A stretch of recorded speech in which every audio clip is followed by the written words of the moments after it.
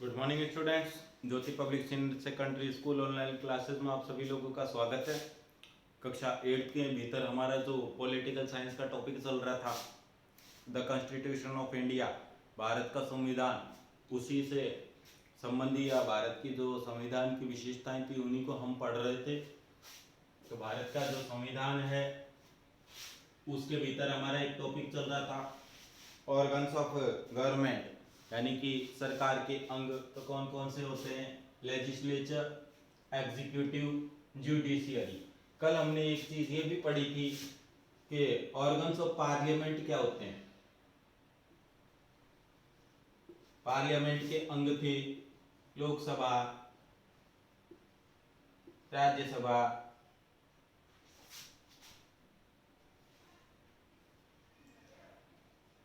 और प्रेसिडेंट। ध्यान रखना है दोनों जो भाग हैं वो अलग अलग है। सरकार के अंग पूछता है तो लेजिस्लेचर, एग्जीक्यूटिव एंड जुडिशरी, और यदि आप लोगों से पार्लियामेंट के ऑर्गन पूछता है तो ये आपके पार्लियामेंट के अंग हैं लोकसभा, राज्यसभा, प्रेसिडेंट। कल हम लोगों ने आप लोगों को बताया था कि लोकसभा के भीतर 552 की संख्या अधिकतम होती है और राज्यसभा जो है इसके भीतर 250 लोगों की संख्या मैक्सिमम हो सकती है। और प्रेसिडेंट जो है हमारे देश का सर्व प्रमुख और सबसे बड़ा संवैधानिक पद होता है जिसका कि वर्णन संविधान के भीतर दिया गया है।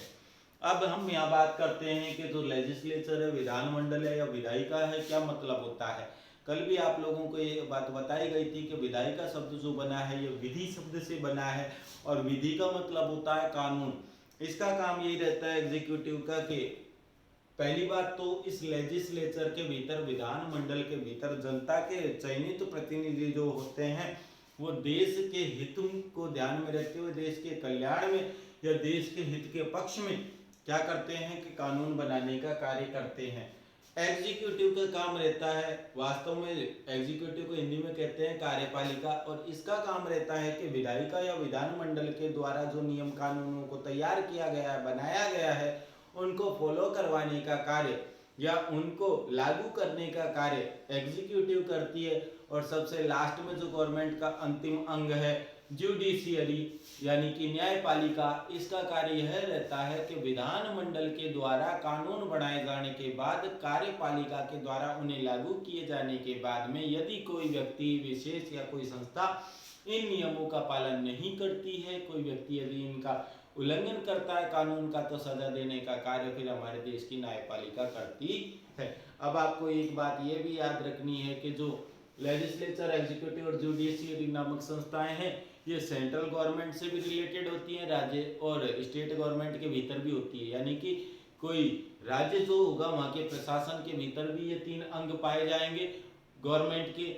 अब स्टेट गवर्नमेंट होगी तो इनके नाम के आगे स्टेट लेजिस्लेचर, स्टेट एग्जीक्यूटिव ऐसे लग जाएगा, और यदि मान लीजिए सेंट्रल गवर्नमेंट की होगी तो ये सभी यूनियन लगा सकते हो या सेंट्रल लगा सकते हो, ये बात हमें ध्यान रखनी है। अब हमारे पास यहाँ जो हमारा संविधान है उसकी एक अगली विशेषता आती है यूनिवर्सल एडल्ट फ्रेंचाइज। तो देखिए क्या कहता है, सार्वभौमिक वयस्क मताधिकार।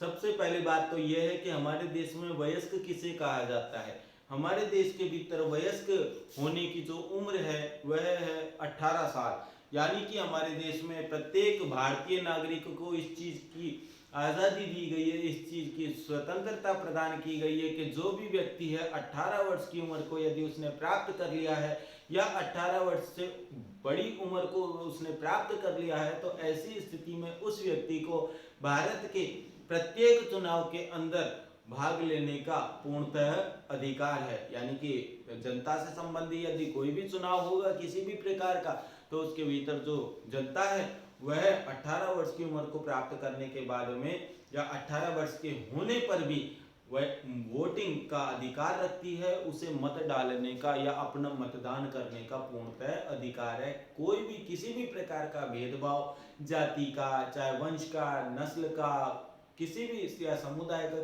धर्म का, किसी भी प्रकार का जो भेदभाव है वह इस वयस्क मताधिकार के उपयोग के दौरान नहीं रखा जाएगा। कहने का मतलब है कि जो कोई भी व्यक्ति है और यदि वो भारतीय नागरिक है तो ऐसी स्थिति के अंदर वह व्यक्ति, भारत के जो चुनाव होते हैं, भारत के अंदर समय समय पर चुनाव आयोजित करवाए जाते हैं, तो उनके भीतर पूर्णतः मतदान करने का अधिकारी होता है। किसी प्रकार का कोई भी भेदभाव जो है उस व्यक्ति के साथ वंश, जाति, नस्ल, धर्म के आधार पर उसके साथ नहीं किया जाएगा। तो वयस्क मताधिकार का मतलब यही है कि 18 वर्ष की उम्र या 18 वर्ष से बड़ी उम्र के प्राप्त कोई भी भारतीय व्यक्ति जो है वह क्या कर सकता है, यदि वो भारतीय नागरिक है तो वह वोट डालने का पूर्णतः हमारे देश में अधिकारी है। अगली चीज आती है फंडामेंटल राइट्स, यानी कि सार्वभौमिक अधिकार कह सकते हो, या इन्हें मौलिक अधिकार भी कहा जाता है, मूल अधिकार भी कहा जाता है।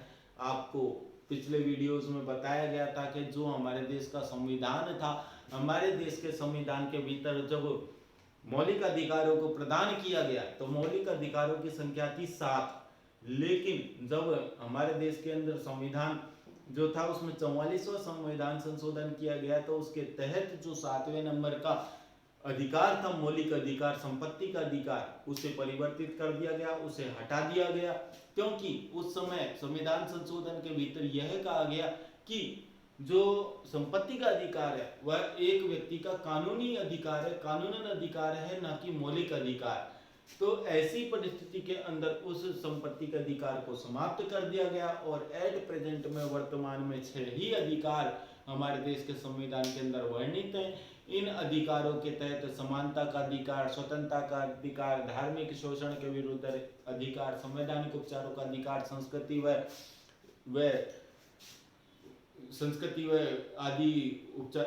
संस्कृति का अधिकार, समानता का अधिकार ये कह सकते हो, या शिक्षा का अधिकार, ये सारे अधिकार हमारे देश के संविधान के भीतर वर्णित किए गए हैं, हमें बताए गए हैं।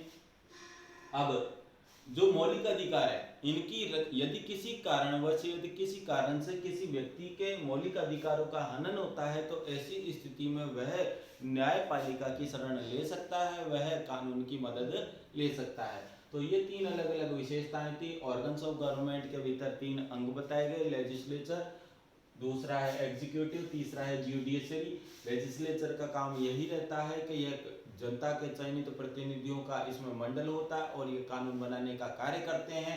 दूसरा एग्जीक्यूटिव का काम रहता है कि जो विधानमंडल के द्वारा नियम कानून बनाए गए हैं उन्हीं नियम कानूनों को लागू करवाने का कार्य कार्यपालिका का रहता है। और यदि किसी कारण से किसी व्यक्ति विशेष के द्वारा यदि इन बनाए गए नियमों का उल्लंघन किया जाता है तो उन्हें दंड दिलवाने का कार्य फिर न्यायपालिका का होता है। न्यायपालिका इन निर्मित कानूनों की रक्षा का कार्य करती है और जो व्यक्ति इनका उल्लंघन करता है उसे सजा देने का कार्य भी फिर न्यायपालिका करती है। उसके बाद अगला जो विशेषता देखी वो आप लोगों ने अभी पता लगाई कि यूनिवर्सल एडल्ट फ्रेंचाइज होती है।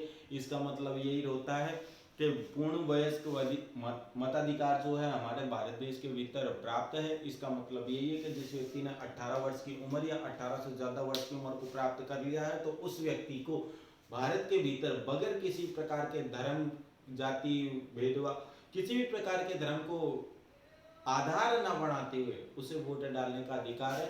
भारत के प्रत्यक्ष चुनाव के भीतर वोटिंग करने का अधिकार है।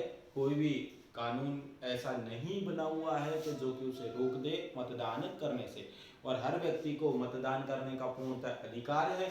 ये हमारा एक संवैधानिक अधिकार है।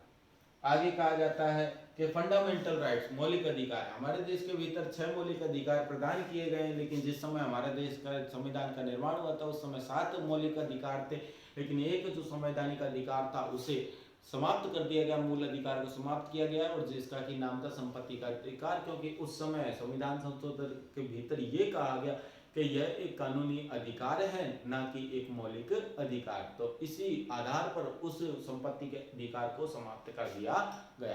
तो ये 3 अन्य विशेषताएं जो थी वो आज के वीडियो में आप लोगों को बताई। तो संविधान की विशेषताओं में ये 3 अलग अलग। हाँ, एक चीज और आपको ध्यान रखनी है कि पार्लियामेंट के यदि 3 अंगों के बारे में बात की जाती है तो पार्लियामेंट के 3 अंग जो है वो अलग होते हैं गवर्नमेंट के अंगों की तुलना में।